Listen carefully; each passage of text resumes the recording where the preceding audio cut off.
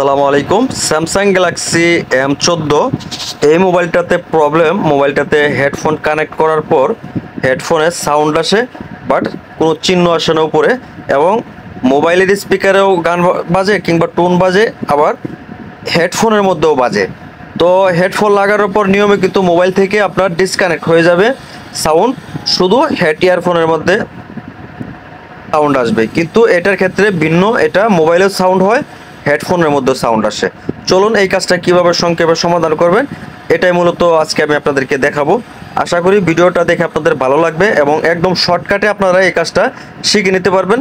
Samsung Galaxy M14 মোবাইলে যদি এই ধরনের প্রবলেম হয়, বিশেষ করে একটা জাম্পারের মাধ্যমে আপনার সমস্যাটা আপনি সমাধান করে নিতে পারবেন। তো প্রথমে আমি লজিকটা খুলে নিচ্ছি। লজিক থেকে এই প্রবলেমটা হয়ে থাকে।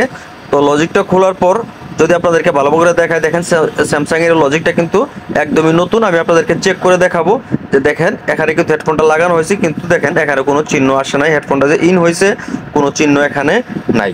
তো এ ধরনের প্রবলেম হলে ছোট্ট একটা জাম্পার করতে হবে। চলুন সেই জাম্পারটা আমরা দেখে আসি কিভাবে কোথা থেকে কোথায় জাম্পার করলে এই সমস্যাটা সমাধান হবে। তো প্রথমে লজিক বোর্ডটা আমি নিয়ে নিলাম।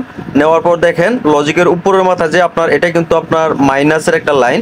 তো এখান থেকে একটা তার নেওয়ার পর দেখেন ইয়ারফোনের যে গার্ডের পিছনে দেখেন ছোট্ট একটা রেজিস্টার, এই রেজিস্টারের মাথায় একটা তার আপনার জাম্পার করে দিবেন। এটা জাম্পার করে দিলে ইনশাআল্লাহ আপনার সমস্যাটা সমাধান হবে। অলরেডি আমার জাম্পারটা করা যেহেতু শেষ, এখন আমরা চেক করে দেখবো যে সমস্যাটার সমাধান হলো কিনা। তো এটা জাম্পার করার পর আমি আবার হেডফোনের যে লাইনটা সেটা লাগানোর পর দেখেন ডিসপ্লেতে এটা কিন্তু কানেক্ট হয়ে গেছে।